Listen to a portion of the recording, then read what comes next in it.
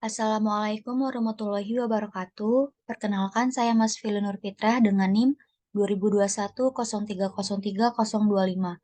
Saya dari Fakultas Ilmu Kesehatan, Program Studi Ilmu Keperawatan. Di sini saya akan mempresentasikan proposal bisnis saya yang berjudul Ike Frozen Food. Presentasi ini saya buat untuk memenuhi nilai ujian akhir semester saya.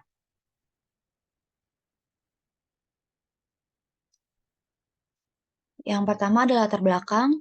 Bisnis frozen food merupakan salah satu bisnis yang paling diminati dan memiliki prospek baik. Sudah banyak pelaku usaha yang memperoleh profit besar dari bisnis ini. Hal tersebut dibuktikan dengan semakin banyaknya usaha frozen food yang berdiri dari waktu ke waktu dan tentunya dengan penawaran produk andalan masing-masing. Masuknya industri makanan cepat saji di Indonesia ini membuat pelaku usaha bisnis frozen food berlomba-lomba dalam menciptakan inovasi. Makanan cepat saji juga memiliki jenis-jenis lainnya seperti yang sudah ada saat ini dalam bentuk kemasan, dalam keadaan setengah matang seperti nugget, sosis, kentang, dan lainnya. Lalu di sini ada problem atau masalah yang ada dalam bisnis frozen food. Yang pertama itu sebagian besar produk frozen food adalah junk food. Di samping kelebihannya yang praktis, akan tetapi rata-rata produk makanan beku ini termasuk junk food karena pengelolaannya bisa membuat kandungan nutrisi asli makanan tersebut rusak atau hilang. Lalu masalah yang kedua itu banyak kompetitor dan pesaing. Sejalan dengan jumlah peminatnya yang banyak, maka penjualnya pun juga semakin banyak. Dengan berbagai kemudahan yang bisa dirasakan dari bisnis frozen food ini, persaingan bisa ditemukan di mana-mana. Sekarang jika kita mencari produk-produk frozen food di media sosial ataupun marketplace, kita akan menemukan banyak sekali penjual yang menjual dengan produk yang sama. Tentu ini menjadi kelemahan bisnis frozen food yang harus dipertimbangkan.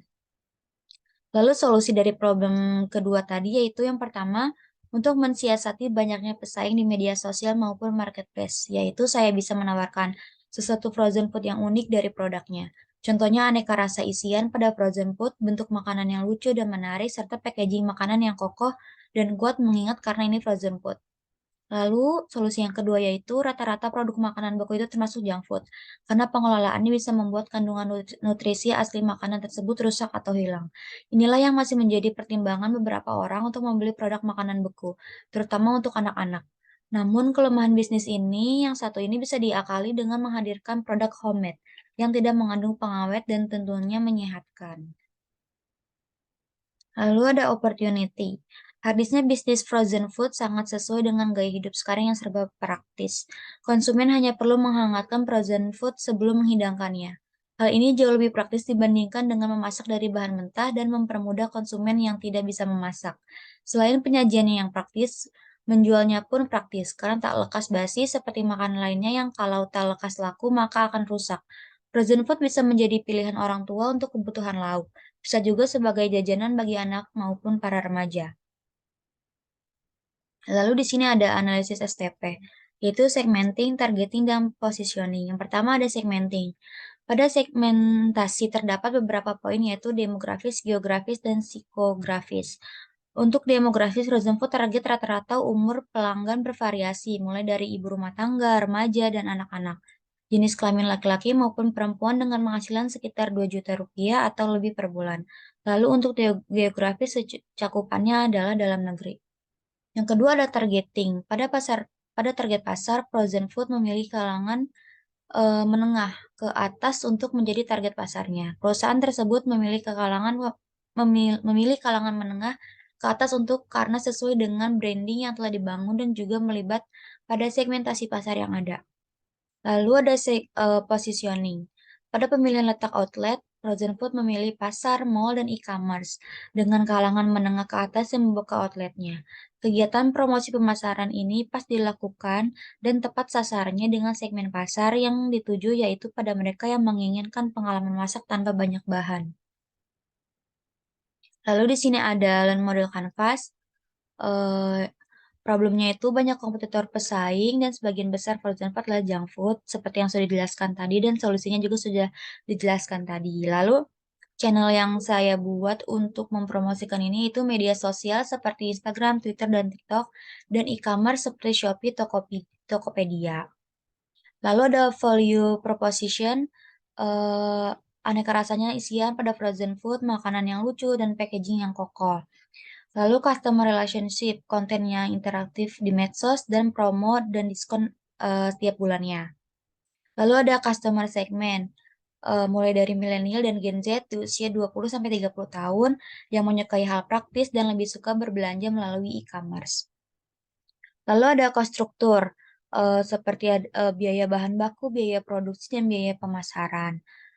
Dan ada revenue stream, yaitu keuntungan dari pemasaran produk penjualan dari media online. Key resource-nya itu ada modal, sumber daya manusia, bahan baku, dan pelengkap alat. Lalu di sini ada bauran pemasaran atau yang bisa disebut 4P. Yang pertama itu ada produk. Frozen food saya memberikan produk yang berkualitas kepada konsumen serta berupaya memenuhi pemesanan konsumen.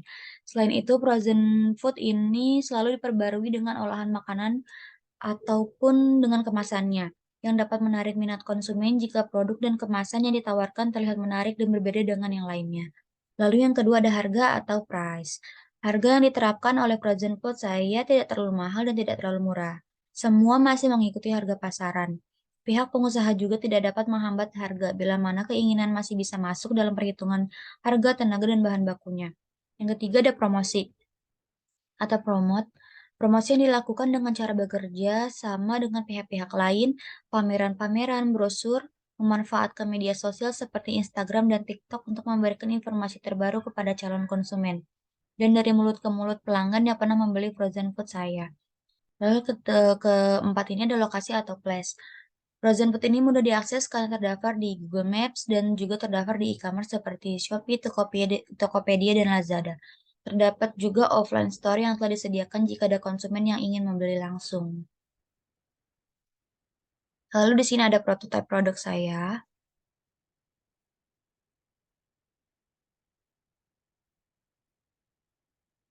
Sekian presentasi yang dapat saya sampaikan. Maaf jika ada salah kata. Kurang lebihnya mohon maaf. Wassalamualaikum warahmatullahi wabarakatuh.